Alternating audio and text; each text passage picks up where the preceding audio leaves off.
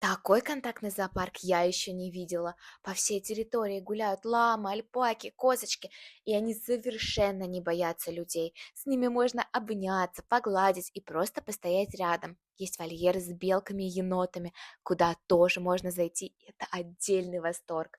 А еще здесь есть настоящая оленья ферма. Мы заходили внутрь и кормили северных оленей с рук.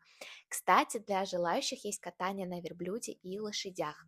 А еще там есть страусы, павлины, курочки, кролики, глаза разбегаются. Это отличное место, чтобы познакомить ребенка и с привычными деревенскими обитателями, и с редкими животными, которые в городе точно не встретишь. Они такие контактные, что кормить их просто одно удовольствие. Цены на вход, кстати, тоже очень демократичные, а за 400 рублей дают огромную корзину корма, которого хватает на всех обитателей. Ранчо Авенсис – это идеальное место для семейного дня.